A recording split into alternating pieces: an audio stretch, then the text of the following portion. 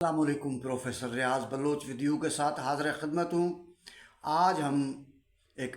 بہت ہی اہم موضوع پہ گفتگو کریں گے۔ آپ جیسے جانتے ہیں کہ فرانس کے اندر آج صدارتی انتخابات کا دوسرا راؤنڈ جو ہے وہ چل رہا ہے، اور ان دو امیدواروں کے درمیان جو کہ فرسٹ راؤنڈ میں جو ہے وہ آ تو گئے تھے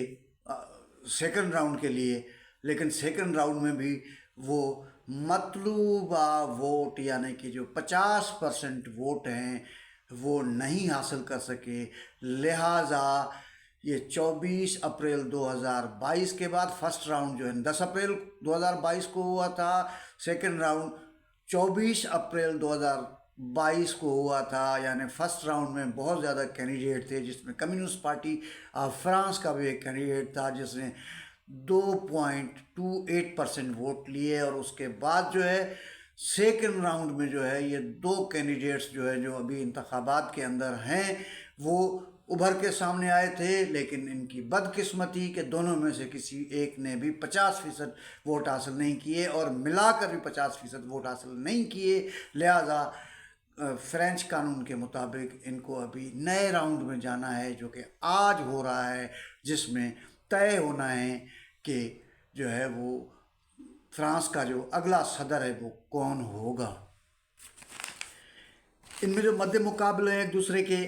وہ ایک تو کیمرون ہیں جو کہ فرانس کے پریزیڈنٹ ہیں، اور دوسرے لی پن ہیں۔ یہ بھی جو ہے وہ اس نے بھی اچھے خاصے ووٹ لیے تھے، 44% ووٹ لیے تھے پچھلے راؤنڈ میں، لیکن